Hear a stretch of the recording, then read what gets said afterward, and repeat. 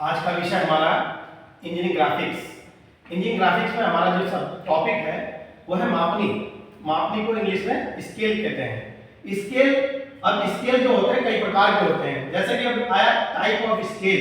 तो type of scale में number पहले पे आएगा साधारण मापनी, प्लेन स्केल, विकर्ण मापनी, डायगोनल स्केल, वर्नियर मापनी, वर्नियर स्केल, जीवा मापनी, शॉर्ट स्केल, तुलनात्मक मापनी, कंपैरेटिव स्केल।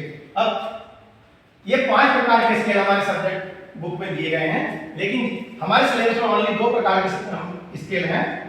पहला स्केल है साधारण मापनी, दूसरा स्केल है विकर्ण मापनी।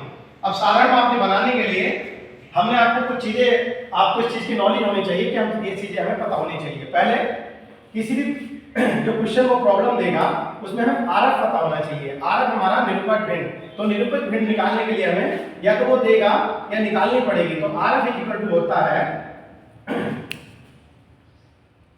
छेद ड्राइंग पर मापनी की लंबाई बटे वास्तविक लंबाई। ये हमें या तो देगा या निकालना पड़ेगा। कभी कभी नहीं देता तो कभी कभी निकालना पड़ता। उसके बाद हमें पता होना चाहिए मापनी पर प्रतिशत बीमा कि हमें कौन कौन सी मापनी पर प्रतिशत बीमा उस मापनी में शो करनी है। जैसे किलोमीटर करना है, मीटर करना है, या डेसीमीटर करना है, या हेक्टोमीटर करना है। निम्न प्रकार के हम जो है मापनी उस पर मापनी पर बीमा हम प्रदर्शित कर सकते हैं। उसके बाद क्या है कि मापनी की अधिकतम लंबाई, जो मापनी हम बना रहे हैं उस मापनी को आप कितना अधिकतम पढ़ना चाहते हैं, कि जैसे 10 किलोमीटर पढ़ना चाहते हैं, 1 किलोमीटर पढ़ना चाहते हैं, 1000 किलोमीटर पढ़ना चाहते हैं, उस मापनी पर डिपेंड करता है कि उसकी अधिकतम लंबाई कितनी है। ये आपको क्वेश्चन में दिया रहेगा कि एक ऐसी मापनी बनाइए जिसको मैं अधिकतम 10 मीटर पढ़ सकूं, 1000 मीटर पढ़ सकूं। ये सब आपको क्वेश्चन में दिया रहेगा। अब आता है क्या है मापनी की लंबाई। तो प्रिय छात्रों, मापनी की लंबाई आपको निकालनी पड़ेगी। इसको मापनी की लंबाई को निकालने के लिए जैसे इसको शॉर्ट में कहते हैं क्या है, length of scale, LOS, short में LOS बोलते हैं। तो इसके लिए आपको पहले पता होना चाहिए कि ये RF क्या है। RF आपको क्वेश्चन में दिया होगा, RF आपको निकालना ही पड़ेगा।